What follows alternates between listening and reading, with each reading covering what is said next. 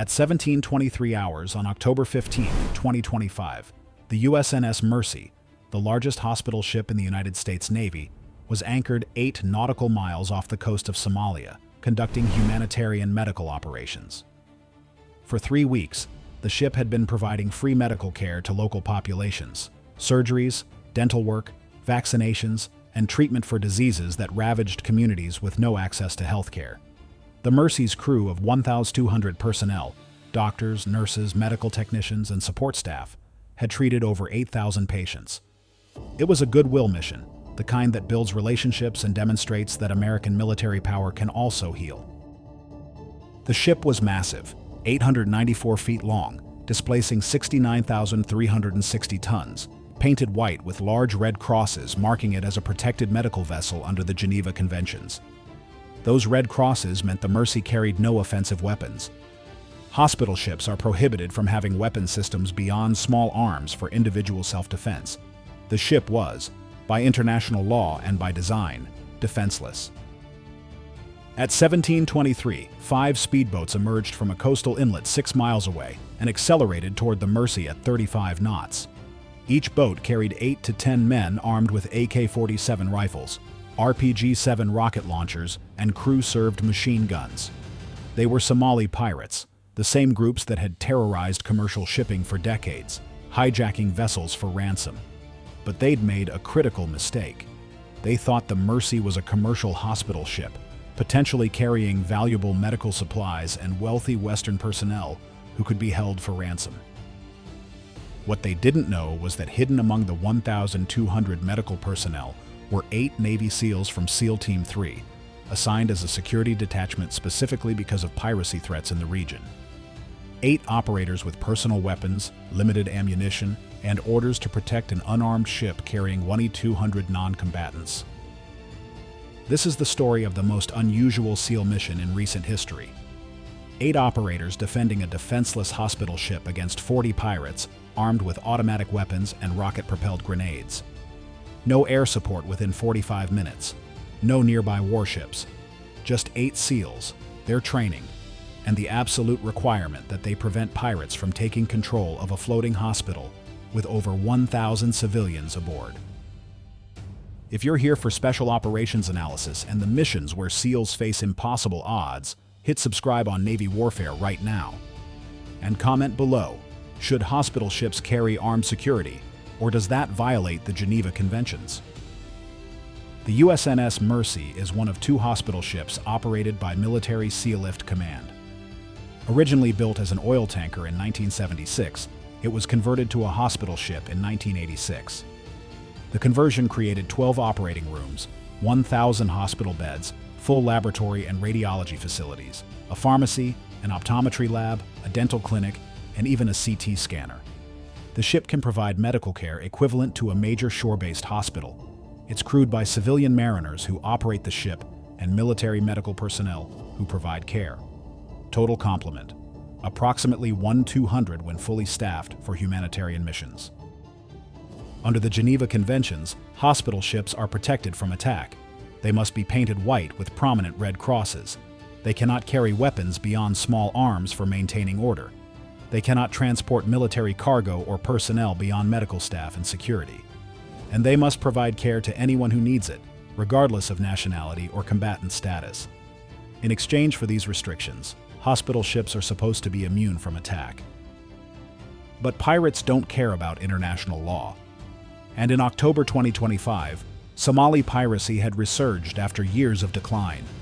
Economic collapse, failed governance, and the withdrawal of international anti-piracy patrols had created conditions where pirate groups could operate with relative impunity. Attacks on commercial shipping had increased 300% over the previous year. And now, a pirate group operating out of the coastal town of Hobyo had identified what they thought was a valuable target: a large white ship with medical supplies. The 8 SEALs aboard the Mercy were from SEAL Team 3, Alpha Platoon. Team leader was Lieutenant Commander Marcus Webb, 38, with 16 years in naval special warfare. His 7 teammates included 2 chief petty officers, 3 first-class petty officers, and 2 second-class petty officers, all combat veterans with multiple deployments. They'd been assigned to the Mercy as a security precaution, living among the medical staff, conducting drills, and hoping they'd never be needed. Their weapons loadout was limited by the hospital ship's restrictions. Each SEAL carried a Sig Sauer M18 pistol with 120 rounds of ammunition, and a suppressed HK-4116 rifle with 210 rounds, 7 30-round magazines. They had 4 M84 flashbang grenades and 2 smoke grenades. That was it. No heavy weapons, no grenade launchers, no crew-served machine guns. Just personal weapons designed for close-quarters combat, not for defending a ship against a coordinated attack. At 17:19, the Mercy's bridge watch detected the 5 speedboats on radar approaching at high speed. The watch officer, a civilian merchant mariner, immediately recognized the threat. Pirates had distinctive signatures, small, fast boats moving in formation towards stationary targets. He activated the ship's alarm system and transmitted on the international distress frequency. Mayday, mayday, mayday. This is USNS Mercy. We are under attack by suspected pirates. Position 02-15N, 045D38E. Request immediate assistance. The transmission went out to every ship and aircraft in the region, but the nearest U.S. Navy warship, the destroyer USS Porter, was 180 nautical miles away, over 5 hours transit time at flank speed. The nearest coalition warship was even farther. Air support from Djibouti would take 45 minutes. The Mercy was on its own. Lieutenant Commander Webb received the alert on his radio and immediately activated his team. All SEALs to defensive positions. Pirates inbound. 5 boats. Estimated 40 to 50 hostiles. We hold the ship. Nobody boards. The 8 SEALs grabbed their weapons and moved to pre-designated defensive positions. The Mercy's vast size, nearly 900 feet long with multiple decks, meant they couldn't defend everywhere. Webb made a tactical decision: protect the access points. The pirates would attempt to board using grappling hooks and ladders at the ship's lowest points, the main deck amidships and the stern helicopter deck. If the SEALs could prevent boarding at those points, the pirates couldn't take the ship. 4 SEALs moved to the port side amidships. 4 moved to the starboard side and stern.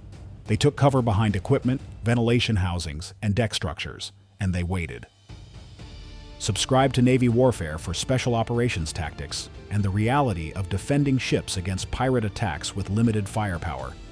And tell us, what's the best defense against pirates? Lethal force or non-lethal deterrence? At 17:23, the 5 speedboats reached the Mercy and split into 2 groups. 3 boats approached the port side, 2 approached the starboard side and stern.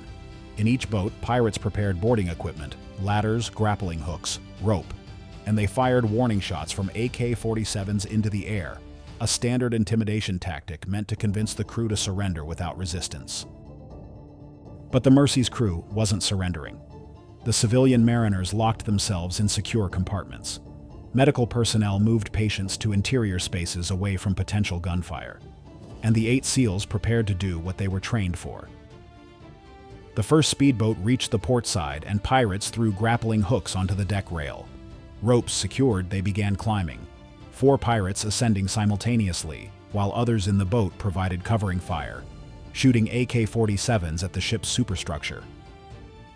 Chief Petty Officer David Park, positioned behind a ventilation unit 30 meters from the boarding point, took aim with his suppressed HK-416. The suppressor reduced the sound, but didn't eliminate it. Each shot was still audible, but harder to locate. Park fired 3 rounds at the first pirate reaching the deck. All 3 hit center mass. The pirate fell backwards off the ladder and into the speedboat below. Park shifted aim to the second pirate climbing. 2 rounds. Hit. The pirate lost his grip and fell into the water between the boat and the ship's hull. The other pirates in the boat immediately opened fire on Park's position, AK-47 rounds sparking off metal and concrete around his cover. Park dropped behind the ventilation unit as bullets tore through the air where he'd been standing. On the starboard side, Lieutenant Commander Webb and Petty Officer First Class Sarah Chen engaged 2 pirates attempting to board near the helicopter deck. Webb fired controlled pairs, 2 shots per target, dropping 1 pirate on the ladder and forcing another to retreat back into the speedboat. Chen engaged a pirate manning an RPG launcher in one of the boats. Her shot hit the pirate in the shoulder, causing him to drop the RPG before he could fire it at the ship. For 3 minutes, the SEALs held their positions, engaging pirates attempting to board and forcing them back into their boats. But the pirates had numbers and firepower. 40 men with automatic weapons against 8 SEALs, and the pirates quickly adapted, coordinating their attacks to pin down the SEALs with suppressing fire, while others attempted to board. At 17:26, one pirate successfully reached the deck on the port side, pulling himself over the rail and taking cover behind a lifeboat. He fired his AK-47 at the SEALs, trying to suppress them while his companions climbed up behind him. Senior Chief Petty Officer Marcus Webb, positioned 40 meters away, engaged the pirate with his HK-416. But the pirate was behind solid cover, and the angle was bad. Webb couldn't get a clear shot without exposing himself to fire from the speedboats below. "Park, you got that target?" "Negative. No line of sight." The pirate was now firing methodically, trying to keep the SEALs pinned while 3 more pirates climbed the boarding ladder. If those pirates reached the deck, the situation would escalate rapidly. Close-quarters combat on the ship with civilians nearby. Webb made a decision. He grabbed one of his 2 smoke grenades, pulled the pin, and threw it toward the pirate's position. The grenade landed near the lifeboat and began spewing thick white smoke, obscuring the pirate's vision. "Park, when the smoke builds, move up and take him." Park waited 5 seconds for the smoke to thicken, then sprinted from his cover toward the pirate's position, using the smoke as concealment. He closed to 10 meters before the pirate saw him through the smoke. Both men fired simultaneously. The pirate's burst went wide. Park's 3-round burst didn't. But now, Park was exposed on the open deck with 3 pirates climbing the ladder 20 meters away. He fired at them while moving toward new cover. 1 pirate fell. The other 2 reached the deck and opened fire. Chief Petty Officer Chen, seeing Park under fire, engaged the 2 pirates from her position 50 meters away. Her precision fire forced both pirates behind cover, giving Park time to reach a structural bulkhead and establish a defensive position. At 17:29, 6 minutes into the engagement, the tactical situation was becoming critical. The SEALs had killed or wounded 11 pirates, but the remaining 29 were still attempting to board. 3 pirates had reached the deck and were in firefights with SEALs. Ammunition was running low. Most SEALs were down to their last 2 to 3 magazines. And more concerning, one of the pirate boats had maneuvered to a position where it could fire an RPG at the ship's superstructure. At 17:30, the pirate fired. The rocket-propelled grenade, traveling at 295 meters per second, struck the side of the ship's superstructure and detonated. The explosion was relatively small. The RPG-7 warhead is designed to penetrate armor, not cause blast damage, but shrapnel tore through thin metal walls and shattered windows. Inside, medical staff and patients ducked for cover as debris rained down. Lieutenant Commander Webb knew they were running out of time. The pirates had heavy weapons and were willing to use them against a hospital ship. Air support was still 30 minutes away, and his team was being overwhelmed by superior numbers. He keyed his radio to the ship-wide frequency. "Bridge, SEAL team, we need to use the ship's systems. Do we have fire hoses operational?" The bridge responded immediately. "Affirmative. Fire suppression system is operational. What do you need?" "Turn on all fire hoses on the port and starboard main deck. Maximum pressure. Aim them at the boarding points." The Mercy's fire suppression system, designed to fight shipboard fires, included dozens of high-pressure fire hoses positioned throughout the ship. Each hose could deliver 125 gallons per minute at pressures exceeding 100 psi, enough force to knock a person off their feet. At 17:32, crew members activated the fire hoses. Jets of water, each powerful enough to break bones at close range, sprayed across the deck toward the boarding points. The water hit the pirates climbing ladders, and the pirates already on deck with devastating effect.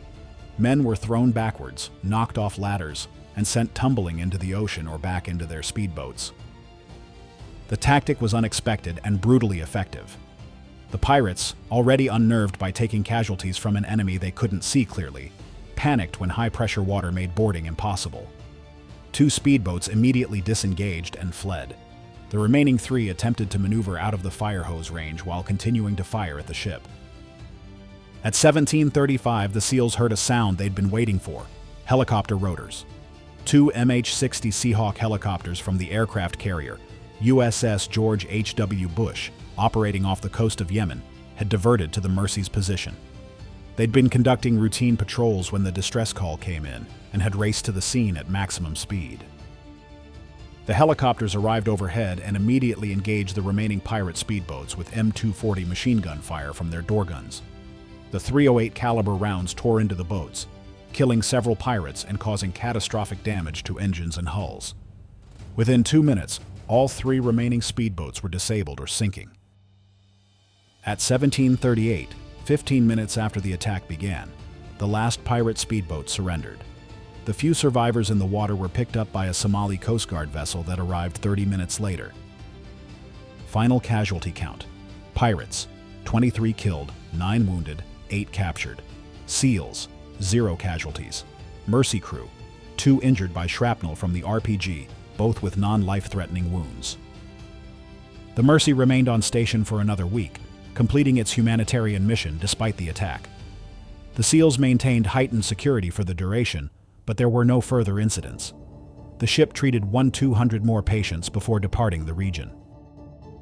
The attack raised serious questions about the security of hospital ships operating in high-threat environments. Critics argued that placing medical personnel in danger violated the spirit of humanitarian missions. Others argued that the presence of SEALs, however small, had proven essential to preventing a massacre. The debate continues. Now I want 3 perspectives from you. First, should hospital ships carry armed security teams even if it technically violates the Geneva Convention protections they receive? Second, were the SEALs justified in using lethal force against pirates attacking a clearly marked hospital ship, or should they have used only non-lethal methods? Third, if you were commanding a humanitarian mission in pirate-infested waters, would you request military security or rely on international law protections? Comment your detailed tactical and legal analysis below. Your insights drive the conversations we have on Navy warfare. And if this breakdown of SEALs defending a hospital ship gave you new understanding of unconventional missions, prove it by hitting that like button, subscribing to Navy warfare, and turning on notifications. Because when 8 SEALs face 40 pirates with limited ammunition, survival depends on tactics, training, and creativity. Land-based mock decks Until against next time, U.S. Navy stay informed, aviators who stay cycle tactical, constantly and through remember, real carrier even deployment. hospital ships need warriors when pirates don't respect red crosses.